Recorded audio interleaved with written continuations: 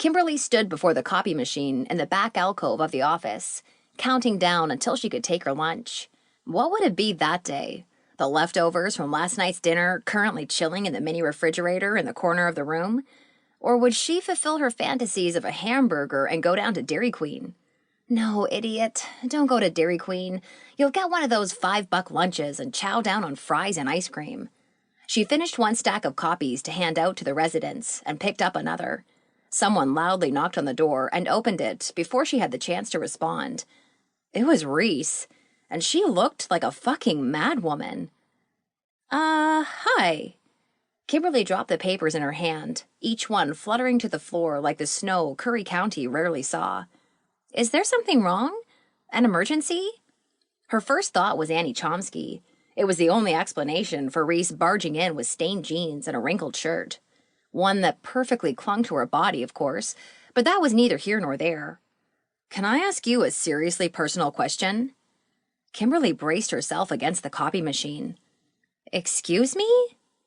Are you gay? A gasp echoed in the small alcove. Reese was practically upon Kimberly, pushing up against her and breathing on her cheek.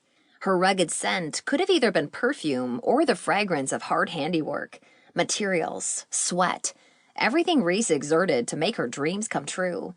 It almost distracted Kimberly long enough to forget that this was a highly inappropriate situation. Why are you asking me that? Reese slammed one hand on the machine and threw the other on her hip.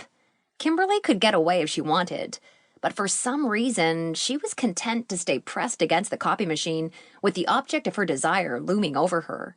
A storm brew in their corner of the property. Thunder rumbled in the pit of Kimberly's stomach. Lightning cracked from her heart to her groin. Rain shuddered down her skin. Or maybe that was sweat. Or maybe that's something else on my thighs. Reese had that power over her. There was something to be said for a woman who knew how to make Kimberly's nipples sensitive with one powerful look. Because I need to know. You need to know? Yes. Reese was close enough to kiss Kimberly's lips, and honestly, one would bet that she was seriously holding herself back from a kiss of desperation. Because I've been driving myself crazy with wondering whether or not you like girls. Like girls? Like that, Kim. I need to know if you're romantically inclined to bed and wed a woman. Kimberly's eyes were so wide that she almost went blind. God damn it. Reese turned away, hands slapping against her forehead. What am I doing? I'm sorry. I shouldn't have asked that. I shouldn't have run in here asking you if you're gay. Of course you're not going to answer that. Not with me acting like a crazy person. Yes. Reese spun around again. Yes, what? I'm gay.